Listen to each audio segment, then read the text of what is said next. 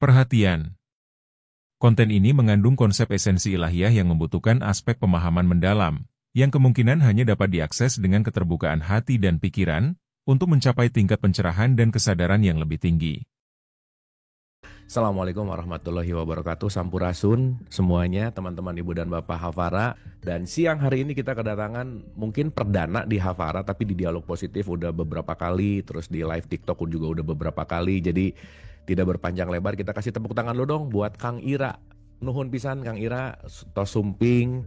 Kang Ira ini salah satu dosen saya, salah satu guru saya, salah satu inspirator lah ya, yang saya sering banyak belajar sama beliau. Dan siang hari ini kita akan memperdalam, siang hari ini kita akan masuk gitu ya ke wisdom dari leluhur. Wabil khusus nih Kang Ira ini penggiat dari, nanti bisa diceritain ya. Jadi nanti mungkin Kang Ira cerita dulu sedikit. Terus kita siang hari ini akan berbicara tentang the wisdom of wiwitan, atau yang disebut dengan kebijaksanaan wiwitan. Karena masih banyak yang nggak ngerti apa itu wiwitan, bagaimana konteksnya, apakah itu agama, apakah itu spiritualitas, apakah itu macam-macam gitu. Dan siang hari ini kita akan kupas tuntas tentang apa itu wiwitan. Dan tidak berpanjang lebar, Kang Ira mangga boleh memperkenalkan diri dulu karena ini awal. Dan kita hatur nuhun pisan sekali lagi, terima kasih Kang Ira ini Sundanis ya. Jadi pasti nanti akan ada Sundanis. Mangga Kang, di unmute dulu punten Kang Ira. Yap. Baik. Di haturanan. Terus kadangu, udah dengar suara saya? Tos saya Kang Ira. Kang Ira anyway, ini kebanyakan 90% mungkin nggak ngerti Sunda, jadi Sundanya 1% aja ya Kang. Siap. Bilih tengartos Kang Ira. Walaupun ada yang spontan nanti saya translate ke dalam. Oh iya ya Kang. Tadi juga saya bantu translate lah ya. Oke. Baik, Sampurasun, Kang Abu semuanya. Rampes. Assalamualaikum warahmatullahi wabarakatuh. Salam sejahtera buat kita semua. Om Swastiastu, Namo Buddhaya. Salam sejahtera buat kita semuanya. Puji Rahayu, Alhamdulillah, puji Tuhan, hari ini kita bisa berkumpul, kita bisa ngobrol-ngobrol di sini bertemu dengan saya. Sebetulnya betul kata Kang Abu, bukan kali pertama saya dengan Kang Abu mungkin membahas konteks ini gitu ya. Tetapi tagline tentang kebijaksanaan wiwitan ini yang mungkin nanti saya coba sedikit kupas gitu ya, diarahkan ke konteks yang dimaksud, meskipun nanti ada kaitan tentunya dengan pengetahuan-pengetahuan yang sedikit akan saya paparkan berkaitan dengan Sunda wiwitan, kepercayaan Sunda, dan hal-hal yang berkaitan dengan pengetahuan masyarakat Sunda itu sendiri. Nah, untuk hal ini, perkenalkan saya kebetulan sehari-hari sebagai dosen antropologi di FISIP Unpad. Dan kebetulan juga saya dari kecil memang penganut dari keyakinan leluhur yang labeling negara memberikan kepada kita sebagai masyarakat penghayat kepercayaan. Dan sedikit pemahaman tentang konsep penghayat kepercayaan, sebetulnya itu konsep yang dilabelkan negara kepada sistem-sistem kepercayaan yang ada dari Sabang sampai Merauke dan cukup banyak. Jadi tidak hanya 5 atau 6 bahkan ratusan, sebagaimana eksistensi etnisitas atau kesuku bangsaan di Indonesia ini sangat beragam, kurang lebih ada 1.300-an yang ada sejauh ini saya ungkapkan. Dan mudah-mudahan dalam konteks ini, meskipun ada secara spesifik kita akan membahas tentang kebijaksanaan wiwitan, ini tagline-nya Abu Marlo ini agak sedikit menyamarkan Sundanya gitu ya. Bagus juga sih, karena mudah-mudahan apa yang nanti kita simak ini mudah-mudahan menjadi inspirasi juga. Ternyata hal-hal terkait dengan kebijaksanaan wiwitan ini tidak hanya pada konteks Sunda yang nanti akan saya kupas, tapi juga berkaitan dengan kebijaksanaan, berkaitan dengan kearifan-kearifan lokal di budaya Nusantara yang tentunya Bapak Ibu semua di antaranya sudah tahu dan mungkin sedang menjalankan. Itu saja sementara perkenalannya. Oke, hatur nuhun Kang Ira. Jadi teman-teman, kita mulai menyelami lah ya ajaran-ajaran leluhur yang mungkin kita sekarang menjadi garis keturunannya tapi nggak tahu apa-apa tentang leluhur gitu. Dan intinya mah Kang ya, kenapa saya pengen bahas ini supaya ente para saya wae gitu Kang. Gitu. Para saya tuh nggak berantem gitu ya maksudnya. Karena urusannya ribut mulu ya, urusan-urusan Iya. beda dikit berantem gitu. Ternyata wisdom-wisdom ini yang saya pernah bahas tuh dalam tentang konteks yang namanya Sunda Wiwitan ini ternyata luar biasa banget. Jadi Kang kita udah tidak udah nggak sabar untuk mendengarkan pemaparan tentang Wiwitan atau Sunda Wiwitan ini. Mangga Kang dihaturanan. Ya, saya mungkin ada PowerPoint tapi tidak usah diungkap ya, tidak usah. Tapi saya paparkan saja dalam bentuk verbal aja seperti ini. Baik, Bapak Ibu hadirin yang saya hormati, kalau berbicara tentang tema kali ini tentang kebijaksanaan Wiwitan, saya ingin menyoroti dari 3 hal, yaitu tentang kebijaksanaan dalam memahami kesadaran jati diri, kebijaksanaan dalam memahami hubungan antar sesama, dan kebijaksanaan dalam hubungan dengan alam dan lingkungan. Itu semua saya kira dalam konsep yang sederhana, meskipun tidak sederhana juga, tetapi umum kita sering mendengar. Kalau Bapak Ibu mungkin bisa mencari, googling dan sebagainya, kita mengenal di dalam konsep Sunda itu ada konseptualisasi yang dikenal dengan konsep Tritangtu. Jadi kebijaksanaan dalam memahami kesadaran jati diri manusia, kebijaksanaan dalam memahami hubungan antar sesama, kebijaksanaan dalam hubungan dengan alam dan lingkungan ini dikenal atau dikupas dengan penjabaran apa yang disebut dengan Tritangtu. Dan Tritangtu itu sendiri, Tri itu 3, Tangtu itu ketentuan atau pikukuh gitu ya. Nah, 3 ketentuan ini berkaitan juga dengan 3 lagi, yaitu Tritangtu di Naraga atau di Salira, Tritangtu di Buana, dan Tritangtu di Nagara. Tritangtu di Naraga yaitu Tritangtu yang berkaitan dengan diri kita, Tritangtu di Buana terkaitan dengan hubungan kita dengan semesta, dan Tritangtu di Nagara dalam konteks hubungan kita dengan di negara ini, dalam kehidupan di dunia nyata ini, di dunia Buana Panca Tengah kalau secara konsep Sunda itu ya. Tetapi sebelumnya, karena tagline kita kebijaksanaan Wiwitan, mungkin sedikit kita perlu memahami dulu apa itu kebijaksanaan. Kalau menurut referensi yang saya temukan, berbicara tentang kebijaksanaan itu berkaitan dengan bagaimana sebuah keahlian ya, atau sebuah kemampuan dari manusia dalam mengatasi permasalahan yang mendasar berkaitan dengan perilaku dan kehidupan. Dan bagaimana cara mengatasi permasalahan yang mendasar yang berkaitan dengan perilaku dan makna kehidupan ini, berbicara tentang kebijaksanaan, ada 2 unsur yang perpaduannya begitu erat, yaitu adalah perpaduan intelektual atau kecerdasan dan karakter. Itu kaitan dengan intelektual, yaitu berkaitan dengan pengetahuan-pengetahuan tentang aspek yang bersifat kognitif itu sendiri, motivasi, emosi dalam perilaku, dan pemaknaan kehidupan. Nah, dalam hal inilah sehingga kebijaksanaan itu tidak terlepas dari karakteristik orang yang bijaksana. Sehingga orang yang bijaksana atau dipandang bijaksana biasanya memiliki karakter pribadi yang penuh dengan kedamaian dan belas kasih terhadap sesama manusia dan dunia. Nah, dalam hal ini sehingga kalau berbicara tentang kebijaksanaan, bagaimana individu itu punya kemampuan menyeimbangkan dalam dirinya antara pemikiran-pemikiran, perasaan-perasaan berkaitan dengan intelektual dia, kecerdasan dia, dan juga karakter dia dalam memahami keseimbangan hubungan dirinya, diri dengan dirinya gitu ya. Jadi lebih kepada interpersonal, kemudian dirinya dengan orang lain atau intrapersonal, dan juga dirinya dengan berbagai aspek kehidupan atau ekstrapersonal.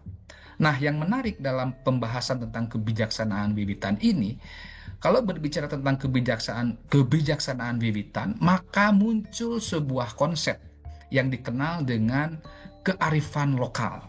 Ya, meskipun kearifan lokal itu pun terjemahan yang agak sedikit berbeda dengan konsep awal dalam konsep bahasa Inggrisnya yang dikenal dengan local genius. Kalau secara harfiah ya local genius, pengetahuan lokal. Tetapi karena pengetahuan lokal ini syarat dengan nilai-nilai kebijaksanaan, maka banyak penerjemah atau ilmuwan yang menerjemahkan lokal genius itu dengan kearifan lokal. Pertanyaannya kemudian, apa itu kearifan lokal? Kearifan lokal itu berkaitan dengan tadi yang saya ungkap. Karena dalam kebijaksanaan itu kan ada pengetahuan dan intelektualitas dan karakter ya, maka di dalam kearifan lokal yang relate ada kaitan dengan kebijaksanaan, di situ mengandung pengetahuan, nilai, dan praktik yang telah berkembang dan diwariskan secara turun-temurun dalam suatu entitas masyarakat lokal. Apapun itu istilahnya ya. Nah, apa yang menjadi pengetahuan, nilai, dan praktik-praktik yang telah berkembang serta diwariskan secara turun-temurun dalam suatu masyarakat lokal itu dikenallah dengan adanya adat, istiadat, ada sistem tradisi, ada sistem nilai dalam budaya lokal tersebut, dan tentunya hal itu kearifan lokal yang saya maksudkan berperan penting dalam menjaga keseimbangan antara kembali manusia dalam hubungan kehidupannya dengan lingkungan. Tadi lingkungan itu baik secara manusianya, antar sesama manusia, atau interpersonal manusia itu sendiri, dan dengan semesta. Nah, disinilah kearifan lokal merupakan sintesis budaya. Ya, sintesis budaya yang tercipta oleh masyarakat lokal melalui proses yang berulang-ulang, yang telah melalui proses internalisasi, sosialisasi, dan interpretasi ajaran-ajaran keyakinannya dan budayanya dan agamanya juga. Tentunya kalau bicara agama ini suatu proses yang cukup panjang gitu ya, tidak hanya berbicara satu konteks keagamaan, dan disosialisasikan dalam bentuk norma-norma yang dijadikan pedoman akhirnya. Pedoman dalam kehidupan sehari-hari masyarakat setempat, sehingga orang, saya kira kalau berbicara kebijaksanaan wiwitan, mungkin di sini bukan perlu kita melabeli ini dari agama apa, ini dari institusi keyakinan apa, tapi kalau udah berbicara kearifan lokal dan berbicara kebijaksanaan wiwitan, artinya sudah proses yang cukup panjang melalui proses yang evolutif gitu ya, yang di dalam pemikiran-pemikiran orang itu dalam sebuah masyarakat kemudian sudah mengalami akulturasi dan sebagainya, sehingga menjadikan apa? Tuntunan, sehingga menjadikan sistem yang baku dan menjadi landasan manusia atau masyarakat tersebut eksis sampai hari ini. Nah, kemudian kalau berbicara tadi tentang kebijaksanaan wiwitan, saya baru kemudian mengungkap konsep yang tadi sempat di-hidden, kebijaksanaan wiwitan. Nah, di antara itu kita tentunya konteks sekarang ini berbicara kebijaksanaan Sunda wiwitan. Nah, pertanyaannya kemudian, apa itu Sunda? Apa itu Sunda wiwitan? Dan seperti apakah kebijaksanaan Sunda wiwitan itu? Tadi di awal saya sudah mencoba mengangkat bahwa setidaknya ada 3 hal yang kita nanti coba diskusikan atau kita ngobrol-ngobrol lah. Kebijaksanaan wiwitan itu dalam konteks kebijaksanaan manusia memahami dirinya, manusia memahami diri dan manusia lain, dan manusia dalam memahami hubungan dengan semesta. Nah, kalau berbicara memahami dirinya, memahami hubungan manusia dengan manusianya, manusia dengan alamnya, tanyaannya tiba-tiba muncul istilah Sunda itu bagaimana, gitu kan? Jadi, kalau memahami konsep kebijakan Sunda wiwitan, artinya perlu memahami label yang hidden itu, Sunda itu sendiri, gitu kan? Nah, dalam masyarakat-masyarakat yang saya pahami, saya teliti gitu ya, dan kemudian saya juga menjadi pelaku dari konteks itu, memahami kebijaksanaan dalam Sunda wiwitan itu, kita perlu memahami Sunda dan wiwitan. Sunda dalam konteks ini dipahami dalam pemahaman yang kembali 3 ya, yaitu dalam konteks geografis, Sundaland, karena kita manusia Sunda khususnya, atau manusia apapun, manusia Nusantara di sini, kita dulunya ada dalam sebuah amparan atau tatar atau sebuah landscape di dunia ini yang sama, yang dikenal secara geografis dikenal dengan Sundaland. kalau bahasa saya boleh sedikit mengungkapkan dalam bahasa Sunda, dabongana gitu. Jadi taken for grantednya gitulah dulu ya dikenalnya Sundaland gitu. Jadi memahami hakikat kemanusiaan kita, memahami manusia kita dalam hubungan dengan sesama dan memahami manusia kita dengan semesta atau lingkungan dan buana ini, kita harus menyadari bahwa oh ternyata adanya kita sekarang itu karena ada hari kemarin, dan kemarin ini Nusantara ini, Indonesia ini, atau di dunia ini ada yang disebut dengan Sundaland. Ada kehidupan di Sundaland itu. Nah, itu nanti secara antropologis kita bisa panjang lebar berbicara itu. Karena kalau berbicara Sundaland, maka kita perlu membaca ya beberapa tulisan-tulisan, apakah terkait dengan kajian dari antropolog luar negeri atau geografer luar negeri tentang bahwa di sini merupakan dulunya dikenal sebagai bekas peninggalan peradaban Atlantis dan sebagainya gitu ya. Dan indikasi-indikasi itu bisa dilihat dari bukti-bukti arkeologis tentunya ya.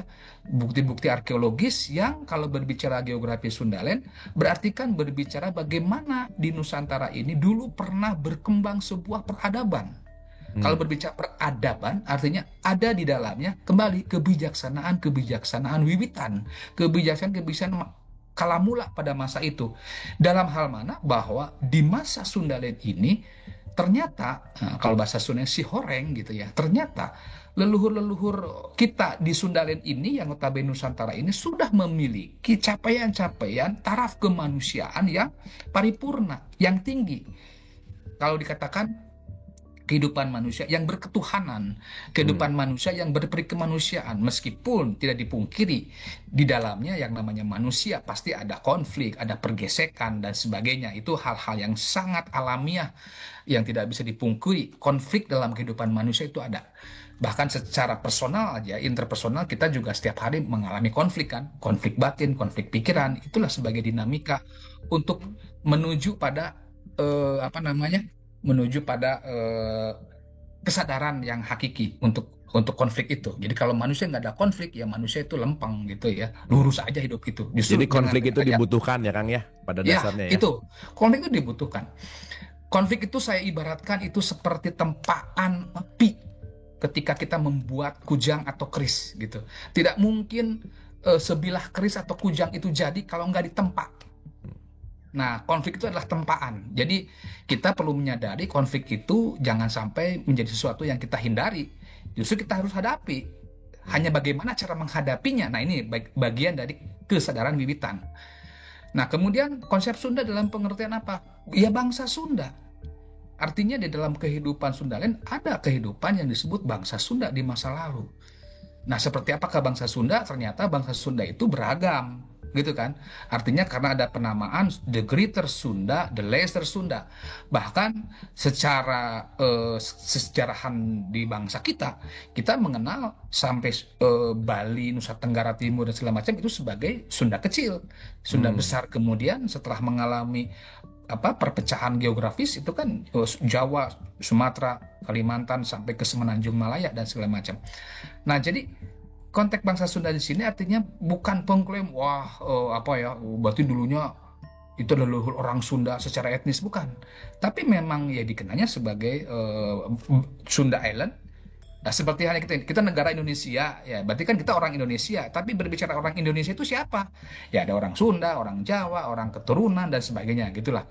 Jadi bangsa Sunda itu besar dulu itu gitu ya.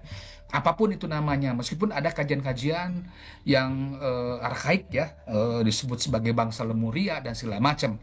Tapi notabene memahami konteks kebijaksanaan wiwitan kita perlu memahami itu. Kemudian Sunda dilekatkan pada kerajaan. Bahwa di era kemudian ya, kalau tadi kan berbicara era masa paleoantropologi ya, Sundaland, ada bukti-bukti arkeologi seperti Gunung Padang, ada situs-situs Cipari, situs Cengkuk, situs Batu Jaya dan sebagainya, banyaklah yang notabene itu adalah peninggalan-peninggalan arkeologis. Kemudian era kerajaan Sunda. Nah, kalau melihat dari akar sejarah di negara kita ini, ternyata ya Sunda sebagai sebuah kerajaan ini juga konsep kerajaan juga saya kira itu konsep peminjaman ya mungkin ya. Kalau saya pikir karena ada pandangan raja itu kan dari rajya. Rajya itu juga ada bilang dari Sanskerta. Sanskerta ada dari India kuno. Nah, karena memang kita pengaruh-pengaruh dari sejak zaman bangsa-bangsa luar dari mulai Proto Melayu, Deutero Melayu ya sampai kemudian Melanosoid, pengaruh India dan macam cukup lama ya berkembang menjadi sebuah konsep-konsep kebahasaan yang akhirnya menjadi milik bangsa kita. Muncullah kerajaan Sunda, ada istilah kerajaan Sunda. Yang sebelumnya ada memang kerajaan Tarumanegara gitu kan. Nah, kerajaan Sunda ini berarti kan ada suatu tatanan kehidupan ya, meskipun ada kritik antropologis yang mengatakan bahwa kerajaan Sunda itu belum mencapai pada taraf state katanya, belum mencapai pada taraf chiefdom katanya gitu. Kan dalam antropologi itu ada istilah kategori sosial tribe, chiefdom atau band, tribe, chiefdom dan state gitu ya. Ada yang kritikan yang kerajaan Sunda mah belum sampai state katanya gitu. Tetapi yang saya pahami dan dengan bukti-bukti tertulis, saya kira di masa lalu ya kerajaan Sunda ini sudah mencapai pada sebuah tatanan yang bersifat state. Hanya memang sistem state-nya itu di kerajaan Sunda itu dibagi 3 kembali gitu ya. Ada yang disebut dengan Karatuan, Karesian, dan Karamaan gitu. Jadi memahami konteks Sunda dalam kerajaan bahwa di masa lalu kita juga pernah punya tatanan sistem kerajaan, sistem kemasyarakatan yang cukup luas, dan kemudian di dalam sistem kerajaan Sunda itu di dalamnya terjadi ada kerajaan Sunda dan Galuh gitu kan. Yang notabene kemudian Sunda Galuh ini dikenal pada proses dinamikanya dikenal dengan Pajajaran. Jadi itu istilah ya, istilah Pajajaran itu istilah gabungan antara kekuasaan yang namanya di masa kerajaan Sunda di masa kekuasaan kerajaan Galuh. Dan Sunda dan Galuh ini secara sejarah ternyata akar dari peradaban kerajaan-kerajaan yang ada di Nusantara ya. Saya tidak mau panjang lebar tentang itu, tetapi memahami kebijaksanaan wiwitan Sunda dalam konteks kerajaan, ternyata ada dinamika-dinamika dalam konteks kerajaan itu bahwa bagaimana leluhur kita membangun sebuah tatanan masyarakat dengan kearifan-kearifan kekerajaannya. Bagaimana menyelesaikan konflik-konfliknya dengan cara misalnya salah satunya adalah perkawinan. Jadi ketika ada konflik antara Sunda dan Galuh, salah satu solusinya adalah dengan cara mengawinkan. Ini kan hal yang lebih moderat saya kira ya. Jadi menyelesaikan masalah tanpa berujung masalah gitu ya. Jadi tanpa win-win pertumpahan solution. darah lah ya. Tanpa pertumpahan darah kan gitu. Kan itu. Jadi itu bisa sehingga ada istilah itu ada Pajajaran awal, Pajajaran tengah, Pajajaran akhir dan sebagainya. Itu kalau berbicara tentang memahami kebijaksanaan wiwitan, berbicara dalam frame nama kerajaan Sunda itu, kita mengenal ada Pajajaran awal, Pajajaran tengah, Pajajaran akhir. Nah, itu nanti kita bahas di sesi berikutnya kalau Kang Abu ngundang lagi gitu ya. Nah, kemudian Sunda dalam memahami Sunda dalam kebijaksanaan wiwitan ini, ya kita secara fakta sekarang atau kekinian atau sejak era kolonialisme, katakanlah seperti itu, dikenal adanya masyarakat etnik Sunda, suku Sunda, gitu kan. Memang menjadi sempit, menjadi sederhana ya, atau menjadi lebih mengecil dari tadi yang bangsa besar, kerajaan menyempit menjadi etnik Sunda kan gitu. Kalau berbicara kerajaan kan wilayah kerajaan Sunda dan Galuh itu kan sampai Pulau Jawa ini kurang lebih gitu ya. Nah, kalau udah berbicara etnik Sunda ya dibatasi sekarang ini kurang lebih lah di Jawa Barat dan Banten, kurang lebih seperti itu gitu ya. Nah, penciri dari berbicara tentang kebudayaan etnik Sunda ya tentunya ada ciri-ciri budayanya. Nah, pertanyaan kemudian adalah bagaimana kebijaksanaan Sunda wiwitan dalam konteks etnik Sunda ini. Nah, akhirnya mengalamilah sebuah katakanlah simplisitas kembali. Pertama, Sunda wiwitan itu Sunda itu menjadi ada istilah Sunda wiwitan, di mana sesungguhnya kalau berbicara Sunda wiwitan itu adalah pertama konsep ajaran pedoman kehidupan atau pikukuh masyarakat Sunda masa lalu. Nah, kalau udah masa lalu kan kita mengacu lintas batas, lintas waktu gitu ya. Nah, Hmm. ini yang kita hanya bisa memahaminya dari artefak, adanya situs, adanya manuskrip, adanya mungkin warisan-warisan budaya yang masih sampai sekarang warisan leluhur terdeteksi dan masih bisa dijabarkan. Dan saya kira masih banyak yang belum terungkap kalau kita memahami bagaimana pikukuh atau pedoman-pedoman ciri-ciri kehidupan Sunda masa lalu untuk melihat kebijaksanaan mereka di masa lalu ya. Kedua adalah konsep keyakinan ajaran leluhur penganut agama atau kepercayaan yang dan masyarakat Sunda yang tidak menganut agama yang berasal dari luar Nusantara. Jadi kembali ya labeling gitu ya. Meskipun ada istilah Jati Sunda, ada istilah agama Sanghyang, ada istilah Sunda Wiwitan gitu ya. Dan kemudian varian-variannya banyak ya. Pernah ada yang dikenal dengan agama Jawa Sunda atau mungkin agama kuring dan sebagainya.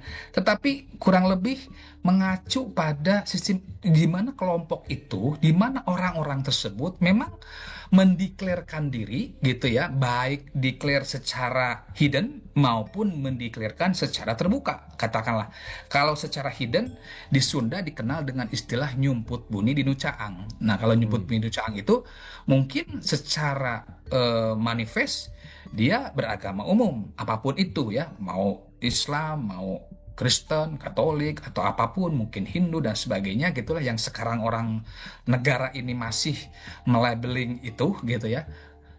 Tapi di dalam keseharian, di dalam kehidupan masyarakatnya, mereka sesungguhnya mengajarkan, mengimplementasikan ajaran-ajaran wiwitan itu gitu ya. Yang kita lihat ya secara konkret misalnya di masyarakat-masyarakat yang dikenal sebagai kampung-kampung adat dimanapun itu gitu ya, karena misalnya setelah saya telisik secara ngobrol secara personal di kampung-kampung adat itu, meskipun mereka umumnya secara manifest menganggap atau mengaku dirinya sebagai orang misalnya Muslim, karena kebanyakan orang Sunda etnik itu kan umumnya Muslim, tapi mereka secara personal mengatakan gitu, Kang, saya juga sama seperti Akang wiwitan kan gitu, tetapi kan ini dalam konteks keumuman lah gitu lah. Ya mungkin bahasanya agar ya bisa jadi karena mungkin dinamika pengetahuan mereka yang tidak mau ribet dengan polemik-polemik itu gitu ya, atau mungkin ada aspek kesejarahan yang kemudian menjadi traumatik misalnya, atau juga memang mengkombinasikan sebagai kembali lagi pada kebijaksanaan wiwitan tadi. Ya udahlah nggak apa-apa sekarang, makanya ada istilah di Kanekes yang kemarin sempat viral juga, wah kami mah Selam wiwitan katanya gitu. Selam ini artinya ada yang bilang Islam, tapi Islam di dia lain Islam Arab cina gitu. Islam itu mah salamet atau apapun lah.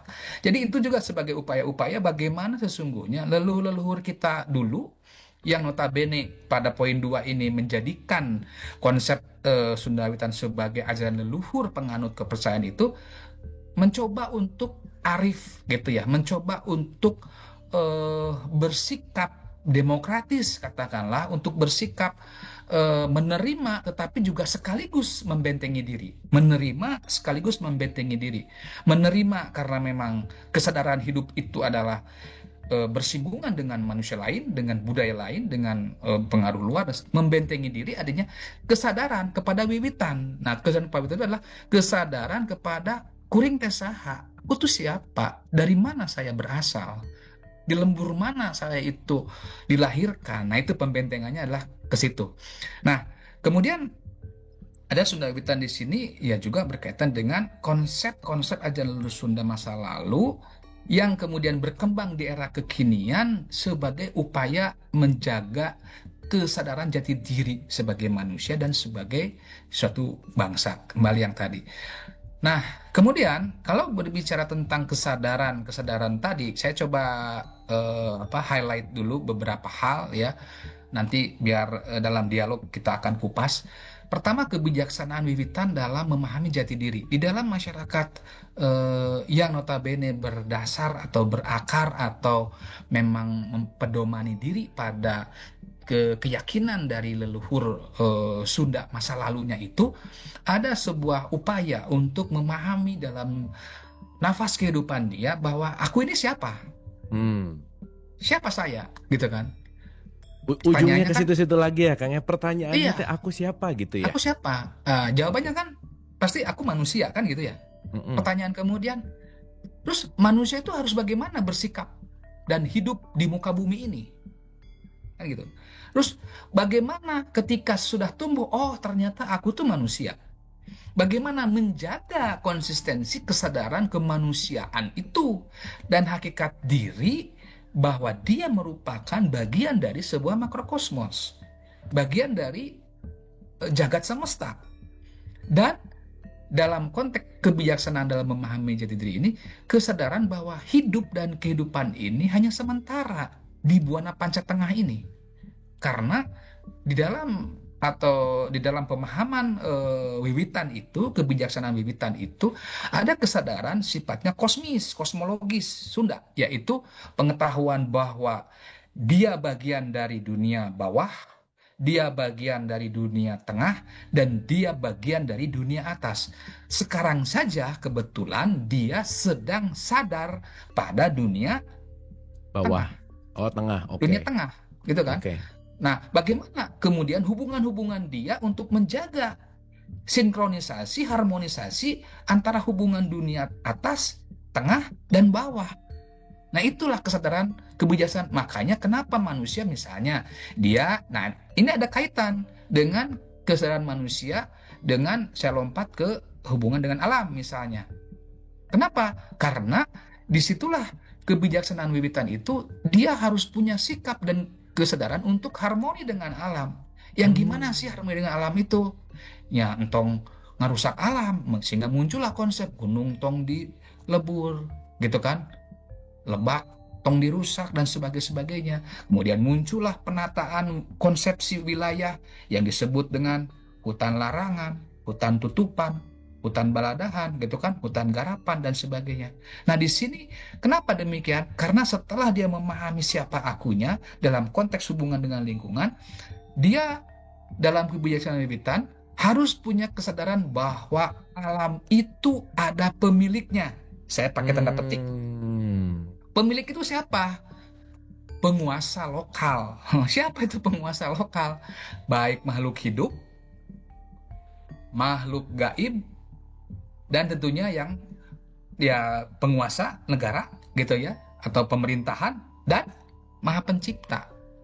Disitulah sehingga kalau yang namanya manusia yang punya dasar kebijaksanaan wiwitan itu, sehingga dia kalau dimanapun dia berada, ke gunung, ke laut, ke mana, ke sungai, atau dimanapun, bahkan kalau mau membangun rumah sendiri pun, ini yang saya alami ya, mau membuka tanah, mau membuka rumah, membangun rumah, ketika rumah itu selesai atau sebelumnya ada amitabha-punnya gitu, ada permitnya. Jadi orang yang punya kebijaksanaan wiwitan dalam kaitan dengan alam, permit dia saat sebelum membangun, permit dia saat sedang membangun, permit dia sesudah membangun, seperti dalam pertanian, permit sebelum menanam, izin tabe pun sebelum menanam, izin permit tabe pun saat tumbuh dijaga, dan pada saat panen, pada saat menuai, ada istilah ngareremokeun ya, pun amitabe pun untuk memetik hasil panen pun itu ada kesadaran. Karena apa? Semua ada pemiliknya, kan gitu.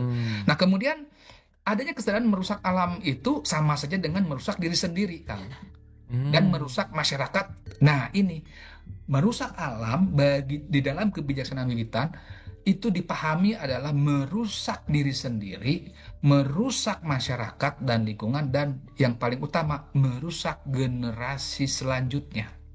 Sehingga dalam pemahaman ini, kenapa adanya tradisi-tradisi yang dipertahankan? Tradisi merawat hulu wetan itu mata air. Jadi orang tuh menyimpan sajen di mata air, ada upacara, kalau di Kuningan adanya kawin cai gitu ya, ada upacara seren tahun, ada upacara hajat lembur, ada upacara ke laut gitu ya, hajat laut, dan kemudian merawat tempat-tempat alam dan segala macam. Karena yang dipikirkan itu bukan sekarang, yang dipikirkan itu adalah merawat alam ini untuk generasi selanjutnya. Sehingga ada istilah yang saya temukan di masyarakat Kampung Naga misalnya, jangan tinggalkan air mata kepada generasi berikutnya, tetapi tinggalkanlah mata air, kan gitu. Sehingga pemahaman-pemahaman tadi, kebijaksanaan ada kaitan dengan kearifan lokal. Misalnya di kampung saya, di Cigugur Kuningan, dan di Kuningan sendiri banyak lokasi-lokasi yang dikenal dengan ikan dewa. gitu ya, ikan dewa, ikan kancra. Itu kan mereka itu si ikan itu ada dalam sebuah kawasan kolam-kolam di tengah hutan yang dulu saya kira tengah hutan atau di dalam hutan atau berkaitan dengan hutan karena tidak mungkin ada kolam tanpa hutan. Jadi maksudnya itu mata air biasanya dan si ikan itu hanya hidup ketika mata air itu mengalir. Artinya ketika kita coba dibudidayakan, ikan itu tidak akan hidup lama gitu ya. Karena ikan itu hanya akan adaptif ketika airnya itu mengalir dari mata air. Nah, sehingga muncullah sebuah tabu atau larangan, tong ditewak, tong didahar laukna, pamali dan segala macam. Itu sebetulnya kalau dipahami bukan masalah yang agak terlalu ekstrim, kalau kamu makan itu kamu akan mati dan sebagainya. Tapi itulah kebijaksanaan wiwitan orang tua dulu bahwa ikan dewa itu, ikan kansa dewa itu misalnya sebagai indikator bahwa sumber air itu masih jernih. Sumber air itu masih mengalir. Kalau Intinya ikan mah itu ngejaga mati, alam gitu ya Kang ya. iya, kalau ikan itu mati berarti apa? Berarti kan air itu sudah tercemar, sumber air juga sedikit. Makanya dalam pengetahuan lokal itu, kalau berbicara tentang etnobiologi, misalnya tentang masalah potongan lokal, bisa dilihat nih, kalau misalnya mendengar ada suara tonggeret, oh ini akan ada musim kemarau misalnya. Oh ada papatong, atau ada apa. Nah itu kan pengetahuan lokal. Dan manusia itu dengan membaca alam, karena ada upaya dari manusia dalam kesadaran wiwitannya itu dalam hubungan alam, dia harus belajar dari keberadaan dan kehidupan alam sekitar. Jadi tidak perlu ada universitas yang luhur gitu ya, tetapi mereka langsung belajar dari alam dan paham tentang apa-apa yang ada di alam, sehingga muncullah pemahaman, oh tanaman ini manfaatnya buat ini gitu kan, oh kalau melihat bintang gitu kan ini akan muncul musim kemarau, oh kalau sudah ada hewan ini muncul berarti akan pertanda ini dan sebagainya gitu ya. Ini kan kebijaksanaan wiwitan. Coba bayangkan kalau manusia sekarang tidak punya pengetahuan itu, tidak ada kesadaran itu, kita tidak bisa membaca tanda-tanda alam itu, maka yang terjadi, mohon maaf, misalnya seperti apa yang terjadi di Aceh. Ketika sudah ada indikator akan terjadi tsunami, bagi yang masih punya pemahaman tentang kebijaksanaan akan alam, pengetahuan alam, maka dia lari ke bukit misalnya. Tapi bagi yang tidak paham, tidak menyatu dengan kesadaran belajar dari kehidupan alam sekitar, maka wah ini ikan-ikan banyak gitu kan diambilin. Malah yang terjadi terkena tsunami. Nah, kenapa demikian? Karena ternyata kehidupan manusia sudah masa lalu, dia sangat terikat dengan alam. Alam itu merupakan kitab hidup. Dan tubuh ini adalah kitab hayat. Jadi sama aja, alam dan kita adalah sama-sama sebagai kitab hidup yang tidak lekang oleh waktu gitu. Nah, kemudian kebijaksanaan wiwitan dalam hubungan dengan sesama. Di sini kalau kita memahami tentang kesadaran wiwitan dalam hubungan sesama, tadi diawali dengan siapa saya, maka di situ selain dengan alam ada muncul kesadaran bahwa kita ini hidup terlahir sama sebagai anak manusia. Deksi dadap, deksi waru, deksi miskin, deksi kaya, deksi konglomerat, deksi proletar, si burju atau proletar, atau si siapa dan si siapa, atau si Cina, si Batak, si Arab, si Eropah dan sebagainya. Mereka juga anak manusia. Pertanyaannya kemudian, kalau punya kesadaran tadi yang awal ya, personal, jati diri kita sebagai manusia, yang beda itu kan hanya rupa fisik. Si itu mah galing, urang mah lurus. Si itu mah hideung, urang mah bodas dan sebagainya. Dan cara-cara hidup dia, itulah yang disebut dengan cara memahami budaya orang. Nah, kalau demikian, maka yang saya pahami dalam versi sesepuh leluhur saya, bahwa di dalam masyarakat Sunda itu juga mengenal adanya bangsa kulit bodas, bangsa kulit koneng, bangsa kulit hideng, bangsa kulit berem, dan bangsa kulit berwarna. Konon katanya kalau Nusantara ini adalah bangsa kulit berwarna gitu. Nah, kemudian dalam kebijaksanaan wiwitan dalam hubungan dengan sesama, memahami bahwa adanya entitas-entitas yang beragam secara kesejarahan, baik genealogis maupun wilayah. Oh, si eta di mana? Di Tasik. Oh, orang Tasik. Oh iya, orang mana? Oh, orang Sukabumi. Oh iya, orang mana? Seperti di Kanekes aja kan, kita taunya orang Baduy aja. Padahal kan mereka itu ada orang Gajebo, ada orang Cikadu, ada orang Kadu Ketug, ada orang mana kan. Sebagai manusianya juga, dia memahami bahwa setiap orang itu punya entitas yang beragam, dan orang itu punya penghargaan, penghormatan, menghargai untuk bagaimana dia bisa hidup berdampingan. Tapi kan dilihat secara genealogis, tapi kan si itu kajen teuing orang mana, meskipun dia orang Kadu Ketug, kan masih satu keturunan nih dari Batara Cikal. Kalau orang Kanekes kan gitu ya.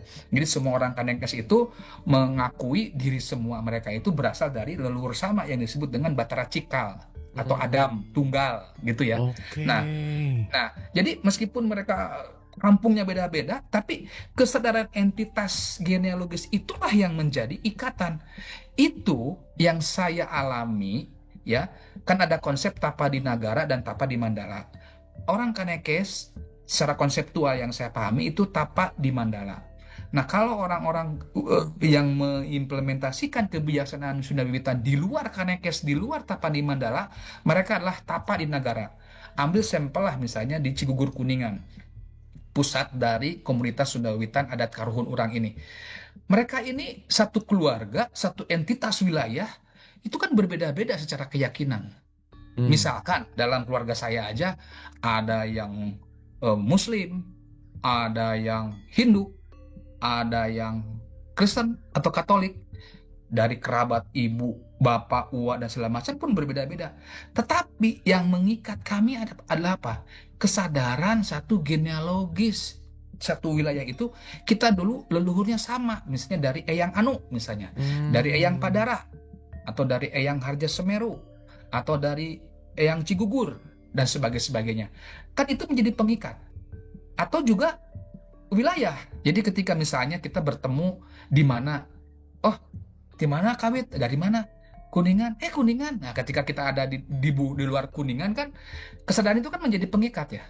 Nah, ini kesadaran dengan sesama ini. Jadi kita juga sebagai orang Indonesia ya, mungkin di dalam kelompok-kelompok kecil kita merasa eksklusif katakanlah. Tetapi ketika kita keluar berbeda wilayah, berbeda genealogis, kita juga harus punya kesadaran yang inklusif karena ternyata kita satu leluhur yang sama, Nusantara yang tadi di awal saya bilang. Ini saya kira yang perlu kita sadari.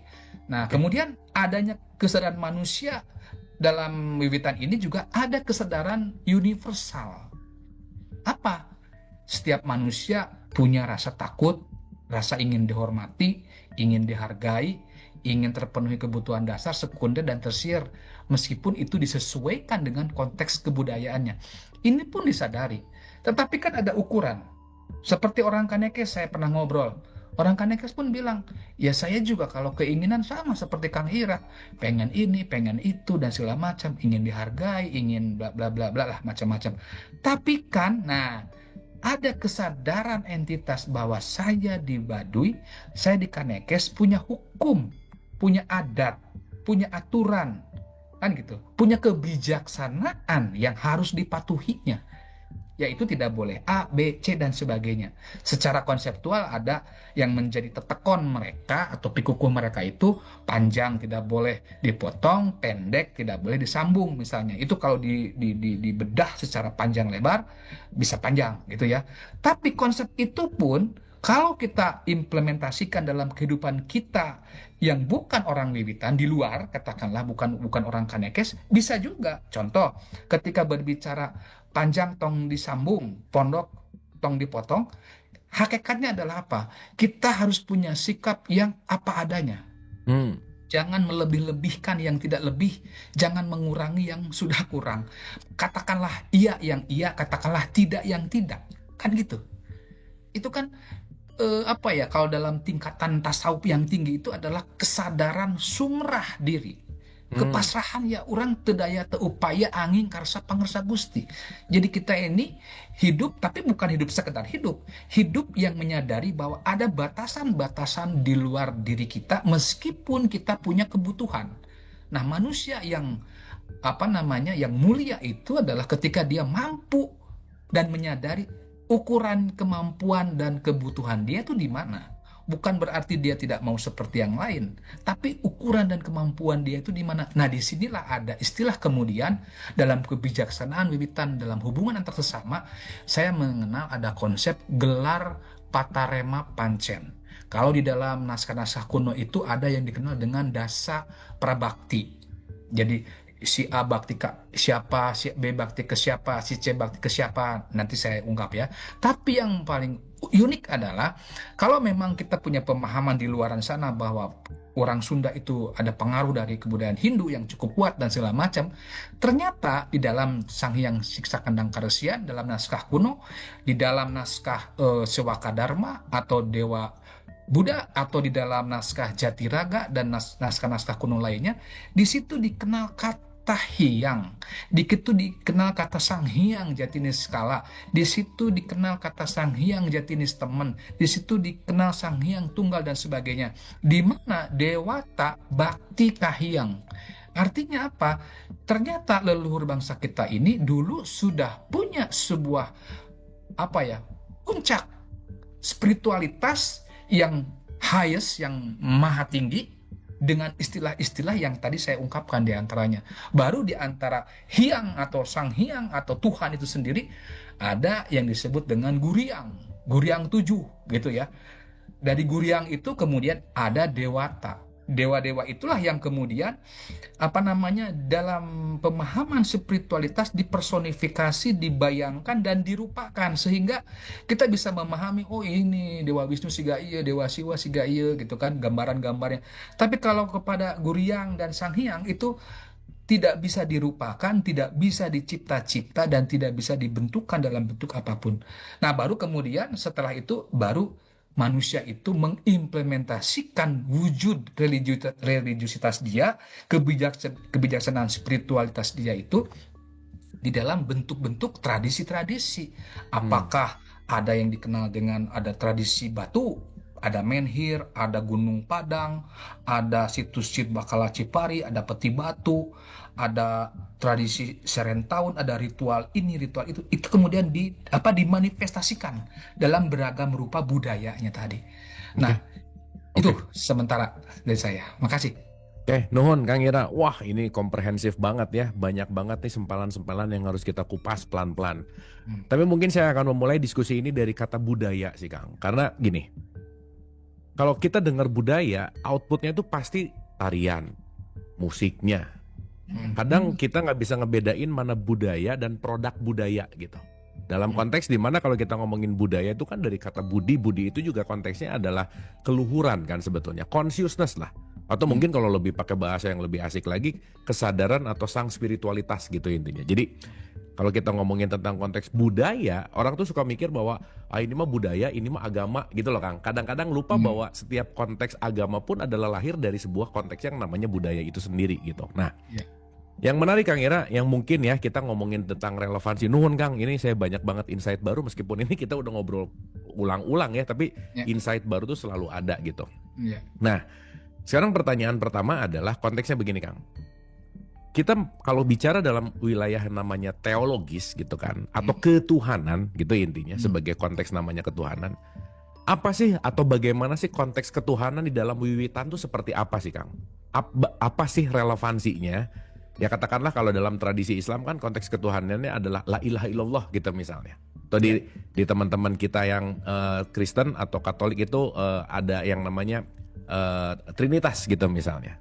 Atau mungkin dengan konteks yang namanya siwa dan seterusnya gitu ya. Itu kan konteks-konteks yang namanya konsep ketuhanan. Nah, kalau dalam wiwitan tuh seperti apa sih Kang konteks ketuhanan, konsep ketuhanannya gitu? Mangga.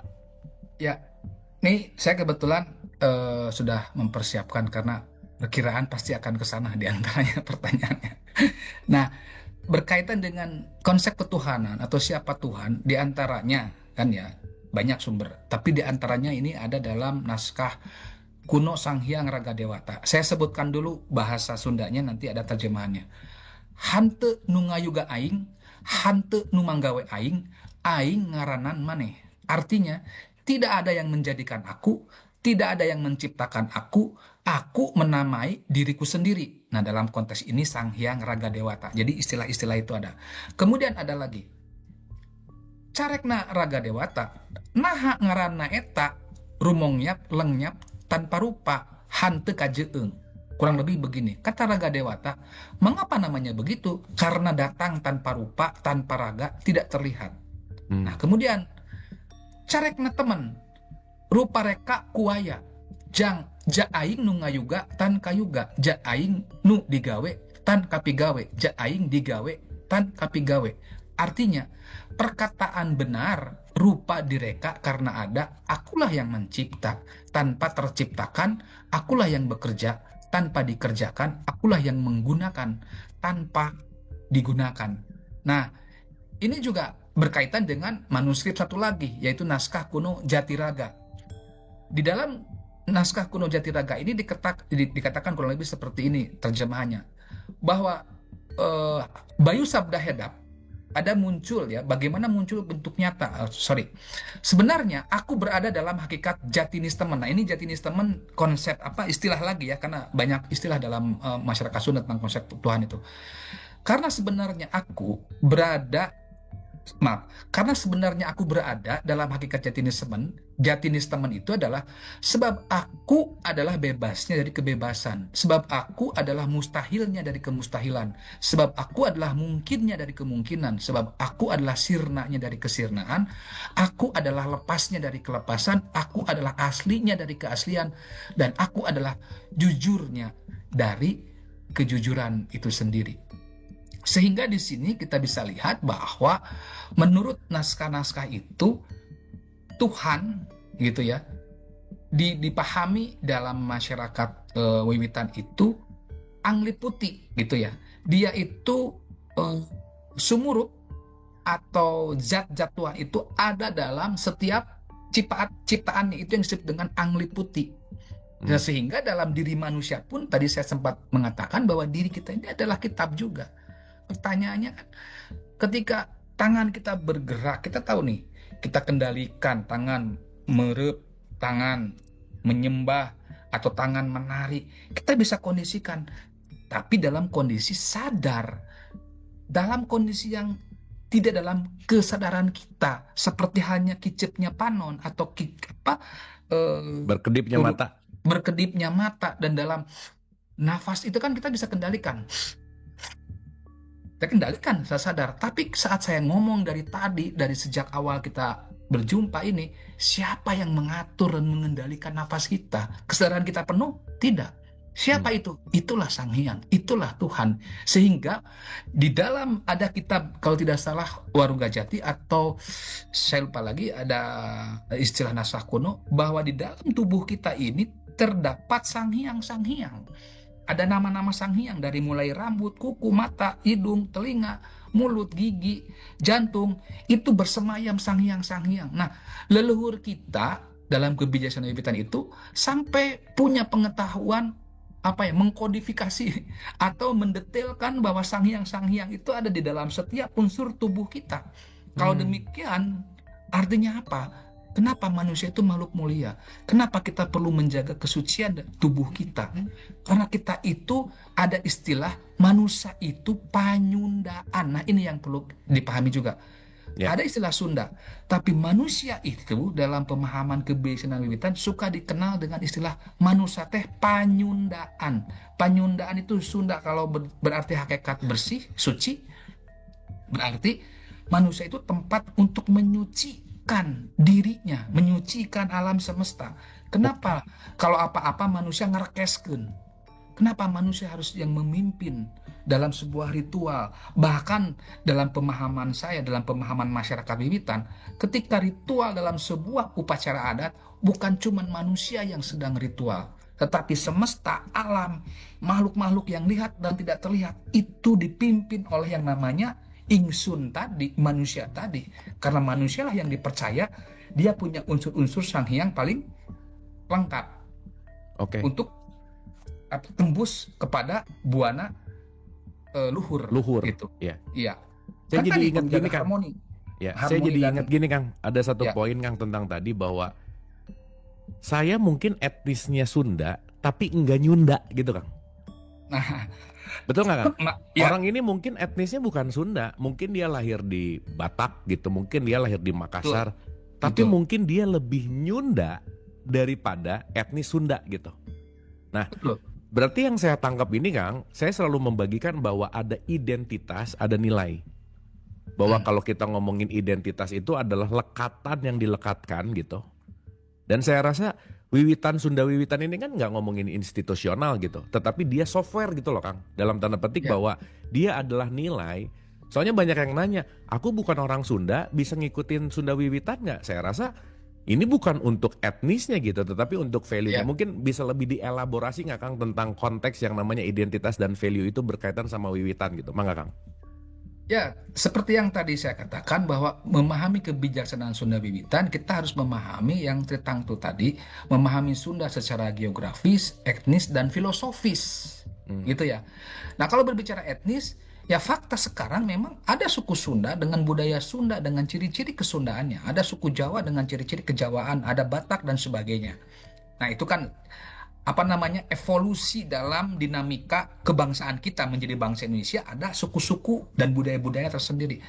Tapi kalau berbicara nilai dari kesundaan itu sendiri dengan mengaitkan dengan nilai geografis dan luhur bangsa kita yang sama, sesungguhnya toh kita ini punya nilai-nilai yang sama. Ada Dalihana Tolu, ada Tritangtu, ada Tigo Tungku Sajarangan, ada Tritangtu, kesininya ada Trinitas. Ada apa lagi yang tiga-tiga? Kan hukum 3 itu sama hakikatnya. Hukum 5 juga kan sama. Ya. Di Sunda ada misalnya welas asih, undak usuk, tata krama, budidaya, budi basa, wiwahyu dan naraga.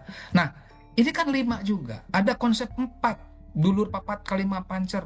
Di dalam setiap nilai-nilai universal kan ada unsur bahkan dari zaman Plato Yunani juga memahami ada nilai-nilai bagaimana unsur angin, api, air itu. Maksud saya bahwa toh memahami hakikat kesundaan, kebetulan ada entitas gitu kan yang secara negara pelabelingnya ini Sunda Wiwitan. Tapi kalau menembus batas entitas dan menembus batas barrier demarkasi boarding tentang batas-batas budaya dan wilayah, toh nilai-nilai itu ada yang di lainnya. Yang ingin saya katakan begini, kalau leluhur kita, kalau nilai-nilai kesundaan itu tidak memiliki nilai-nilai universal, tidak mungkin agama-agama besar di dunia berkembang. Karena ibaratnya gini, saya membuat analogi.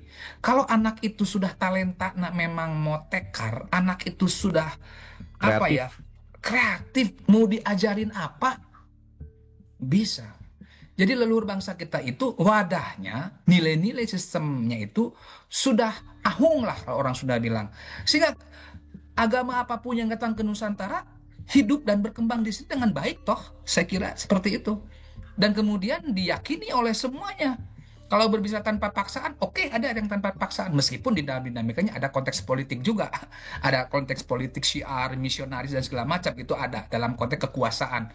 Tetapi, kalaulah wadah orang-orang kita ini tidak memiliki nilai-nilai yang luhur, katakanlah leluhur bangsa kita ini orang barbar, orang yang savage society, orang yang katakanlah jahat, ya, tidak punya rasa kemanusiaan, lebih ekstrimnya lagi ateis dan sebagainya, ya tidak mungkin nilai-nilai keagamaan yang besar itu ada. Sehingga toh sama seperti orang Muslim juga, ketika kenapa ya kalau di negara mana tuh Finlandia lebih muslimah ya, Jepang itu kok lebih muslim ya perilakunya, mengutin sampah. Betul. Terus emang nggak boleh gitu kita melekatkan label Islami kepada orang yang secara institusional bukan Islam kan gitu. Terus emang tidak boleh menyatakan Nyunda itu kepada orang yang notabene bukan entitas Sunda. Benar. Ya boleh-boleh saja kan gitu. Justru pertanyaannya sekarang, Sunda itu tidak boleh hanya sebatas pengakuan. Ya aing orang Sunda. Pun demikian dalam keagamaan, ya aing orang Islam, ya aing orang Katolik, ya aing orang Hindu, tapi kelakuannya tidak Islami. Kelakuannya tidak Kristiani, kelakuannya tidak Hinduism gitu. Sama seperti ngaku Sunda tapi kelakuannya tidak Nyunda. Buat apa? Dan Nyunda itu ya ada dalam nilai Islami, Nyunda itu ada dalam nilai Kristiani, Nyunda itu ada dalam hanya bahasa yang berbeda dan implementasi yang berbeda. Toh hakikatnya kesadaran yang sama sebagai sesama makhluk bumi untuk menjaga harmonisasi manusia alam lingkungan sebagai amanat kesadaran dari yang maha tinggi. Tuhan dalam berbagai keyakinan apapun, sebutannya yang berbeda. Oke. Gitu kan. Keren Kang.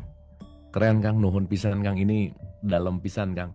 Nah, saya mau lanjut ke sini Kang. Saya mau lanjut ke apa ya? Mau lanjut ke pembahasan di mana kalau kita bicara dalam konteks ini ya Kang ya. Punten biasanya ini saya mau mengandai-andai dalam sebuah apa ya? Analogi kali ya. Kalau memang wiwitan ini adalah asli leluhur, kenapa tidak populer dalam konteks secara institusi gitu Kang? Ya punten ya. Ya. Kita ini populer dengan agama import misalnya kan. Dalam konteks yang dari luar masuk ke kita, seakan-akan pertahanan kebijaksanaan ini tuh nggak tumbuh, atau memang tidak didesain untuk menjadi institusi, atau memang ada faktor apa sih? Ya punten Kang, sekarang kalau kita mau bicara dalam konteks yang namanya Sunda Wiwitan apa, kayaknya kalau simple random gitu, apalagi anak-anak sekarang mungkin nggak banyak yang ngerti dan nggak tahu. Kenapa? Karena mungkin kalah viral sih memang. Nah, cuman pertanyaan saya adalah kenapa nih si konsep Wiwitan Sunda Wiwitan ini kok bisa kalah tenar dalam tanda petik dengan sesuatu yang baru datang gitu Kang? Kumaha Kang tah? Ya ada beberapa asumsi jawaban saya ya.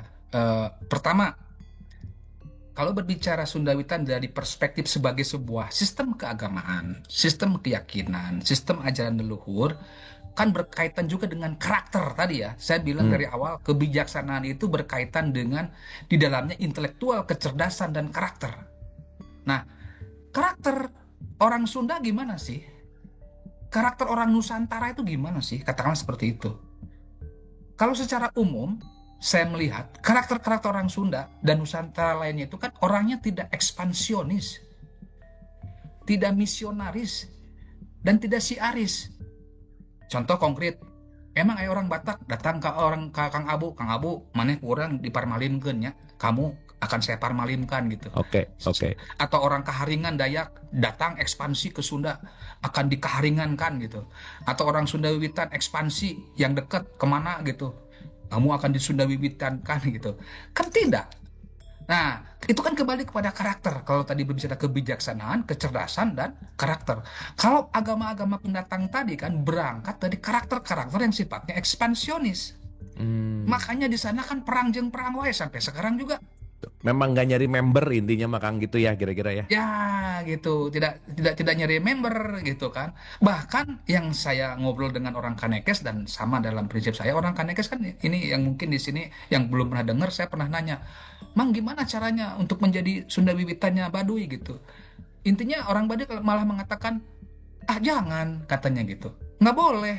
Loh kan kok nggak boleh? Saya bilang gitu. Bukannya senang nih kalau tiba-tiba orang suku Sunda pada eling, pada sadar diri, wah kembali ke Wiwitan menjadi seperti Baduy. Ah enggak katanya. Ini agama kami, ini keyakinan kami, gitu kan?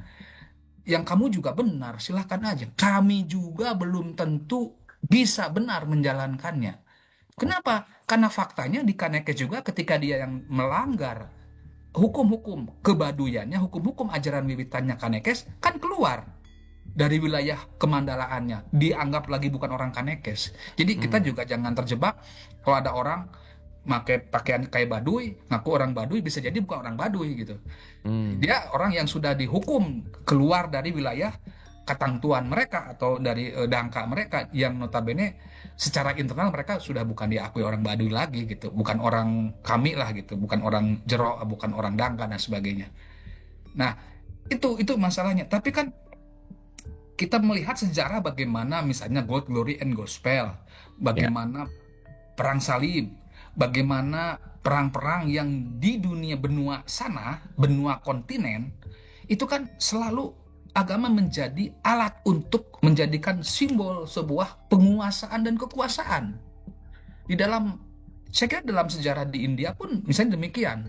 Ketika ada aliran A, aliran B kan gitu misalnya, dan sebagainya. Karena mungkin karakter negara kontinen tadi. Kalau kita kan negara archipelago. Yang kedua, secara besar adalah karena karakter kita kan sudah merenanya, sudah gemah ripah repeh rapi loh jinawi. Kan kalau orang ekspansionis, kalau orang menjajah, ada kepentingan. Tuh, Kalau kita kan kepentingan. ngapain menjajah, hirup di diwegis ngeunah gitu. Ngapain mempengaruhi orang dengan keyakinan kita aja. Sehingga ada istilah orang tua saya mengatakan kahade ulah ngawur-ngawur mutiara kahayam. Kahayama berewe jagong. Hati-hati jangan memberi makanan mutiara kepada ayam. Karena ayam itu kesenangannya jagung bukan mutiara. Artinya kan ada kebijakan bahwa apa yang sudah kita baik itu entong diumbar gitu. Iya. Jangan sembarangan di ini ke orang lain gitu. Cukuplah untuk diri kita. Kalau orang lain bertanya, boleh. Tapi kalau kita, seperti sekarang, saya kan ditanya oleh Kang Abu. Ibaratnya goong, segede apapun, kalau nggak ditabuh ya nggak bunyi. Tapi kalau goong udah ditabuh ya gemanya bisa kemana-mana. Terasa. Terasa. Karena bukan pengen ingin didengar, tetapi merespon dari pertanyaan gitu ya Kang, kira-kira. Makanya ada istilah Sunda, lamun jalma sombong teh jalma goong nabeuh maneh, cenah gitu. Kung gitu. Oke Kang. Gitu. Oke Kang. Nah sekarang kita masuk ke konteks yang namanya ritual gitu Kang.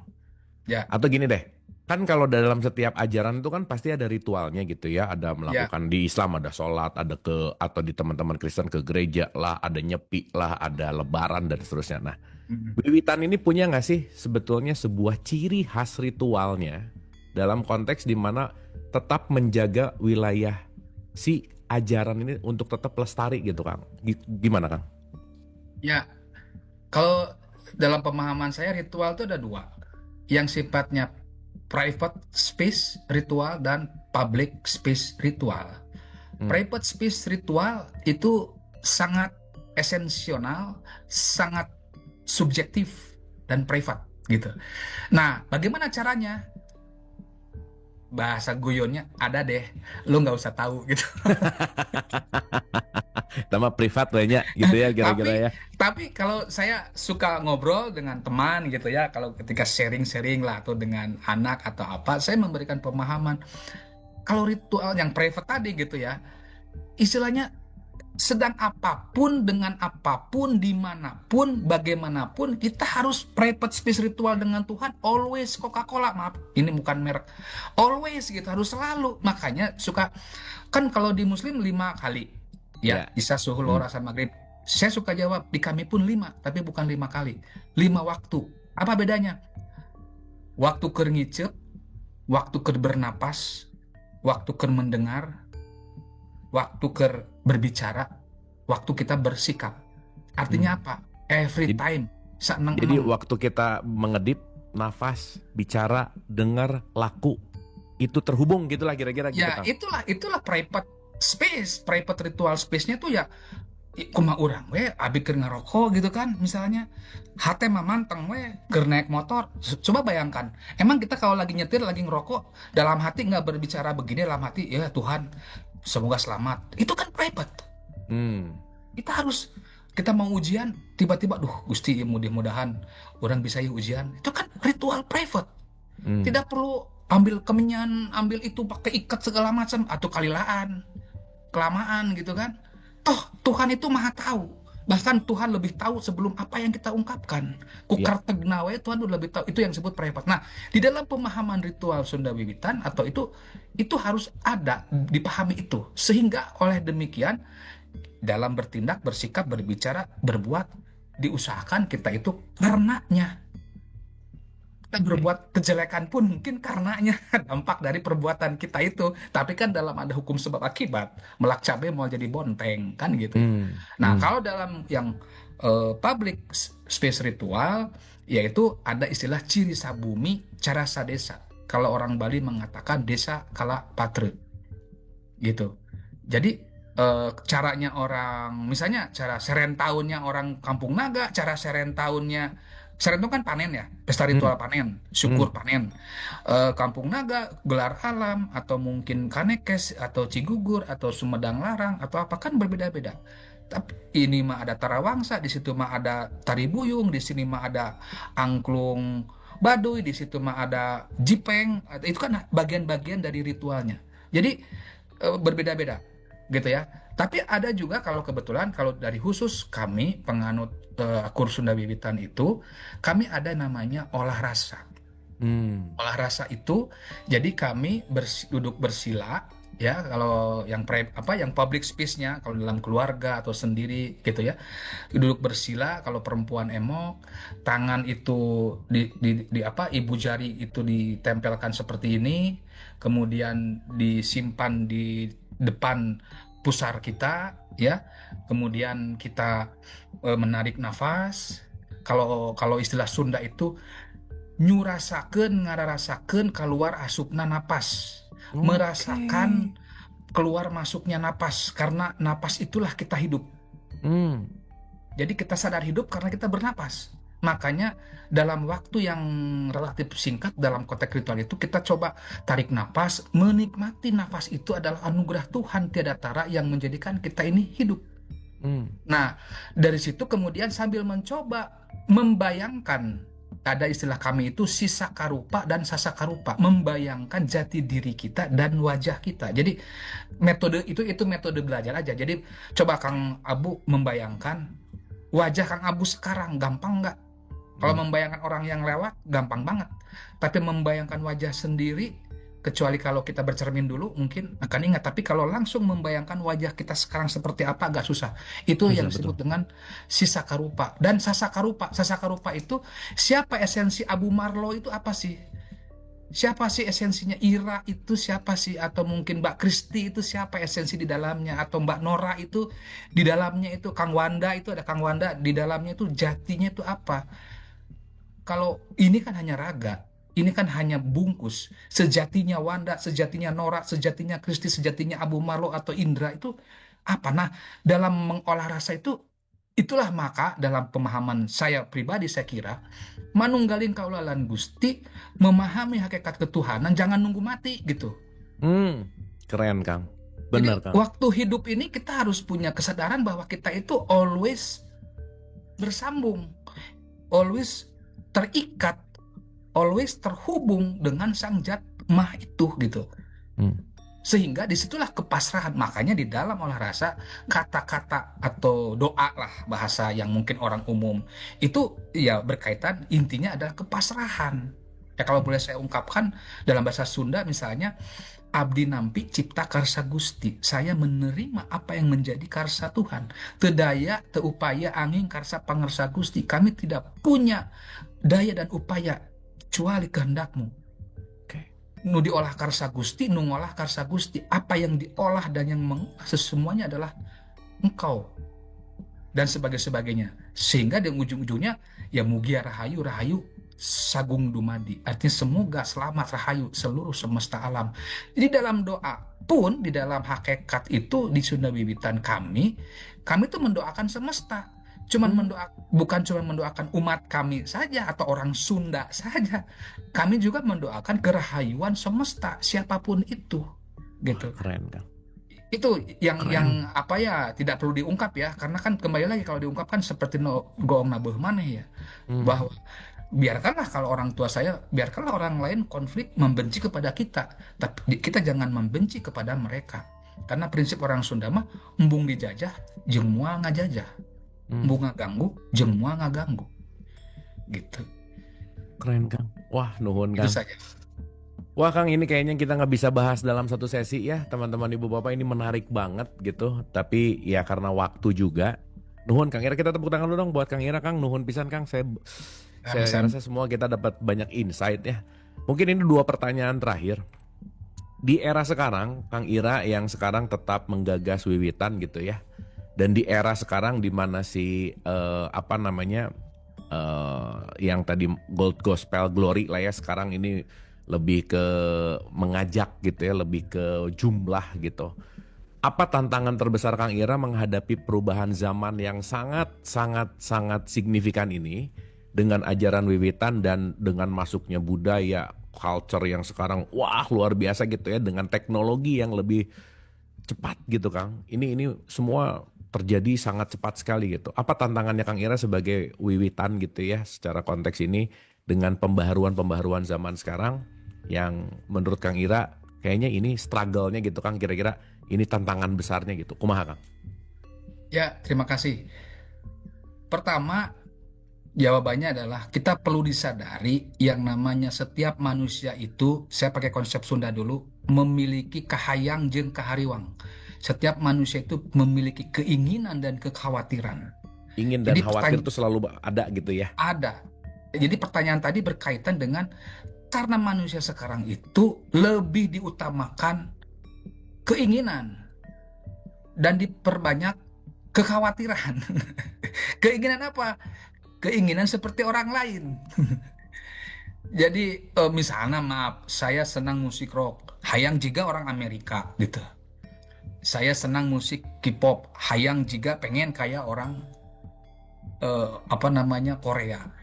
Saya sekarang memakai baju budaya ini menyenangi gitu, ingin seperti itu gitu. Padahal kan kalau ingin seperti kan bukan akhirnya. Nah, kekhawatirannya apa? Bukan. Keren. Ya. Kekhawatirannya apa? Kekhawatirannya kalau tidak seperti itu nanti saya sama teman-teman gimana? Nanti di sekolah gimana? Sama pemerintah gimana? Karena memang ada trauma-trauma masa lalu di mana pemerintah di masa-masa lalu ya mungkin ada aspek agitasi gitu ya, ada diskriminasi dan beredar sekarang aja mungkin saya tidak perlu bicarakan ya, tapi sampai saat ini masih viral tindakan-tindakan orang-orang dengan kekerasan, dengan mengatasnamakan agama misalnya. Betul kan? Nah ini yang dikhawatirkan gitu ya. Nanti kalau kamu nggak agama ini susah kerja, nanti susah ini, susah itu dan segala macam. Sampai sekarang udah ada belum? Misalnya jenderal yang dari penghayat. Sampai sekarang, makanya saya kadang mikir gini, mungkin ya, kan orang Kanekes itu katanya tabu untuk sekolah, kan gitu. Saya tahu tuh di Kanekes itu berdampingan banget dengan Kanekes ada sekolah, gitu ya. Nah, saya tanya, cenah orang Kanekes itu tabu, jadi temenang Kang, sekolah itu haram lah ibaratnya. Saya mikir, tapi haram toh manehna bisa baca, kan gitu. Haram mereka bisa baca, bisa berhitung, dan mereka juga butuh duit kita gitu ya, transaksi ekonomi. Saya pikir-pikir adalah bukan masalah tabu. Kebayang kalau mereka sekolah, ganti baju pangsi, jadi baju seragam sekolah, ikatnya ganti ke topi, kakinya harus bersepatu. Itu kan perubahan budaya yang sangat signifikan gitu kan.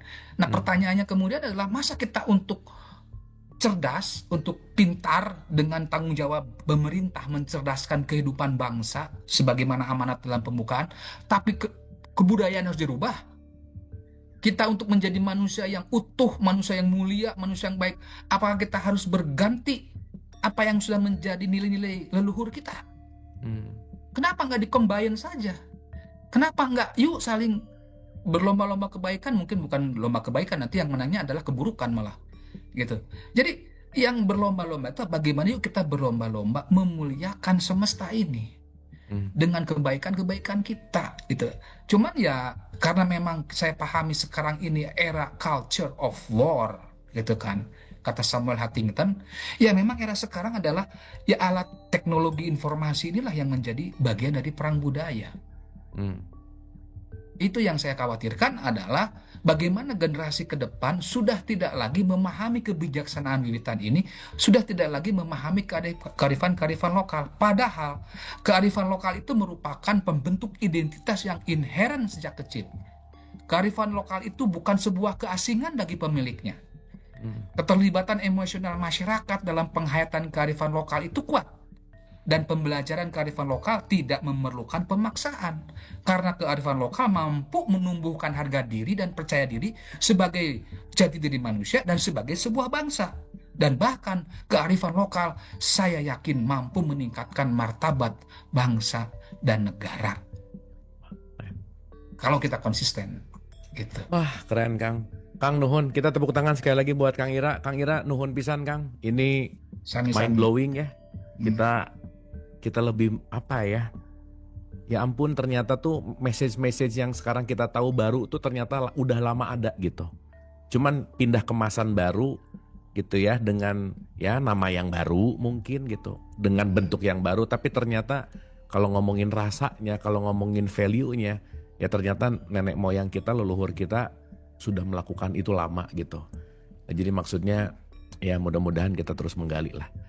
Kang nuhun Kang, siap-siap nanti Sami-sami. buat next sesi gitu ya, karena kita kayaknya Ya, perlu ada beberapa sesi ini untuk memahami Sunda Wiwitan yang lebih mendalam lagi. Di sesi kali ini mungkin terakhir Kang, sedikit aja kalimat penutup, final statement untuk opening dari Sunda Wiwitan ini, apa yang ingin disampaikan ke kita Kang? Mangga.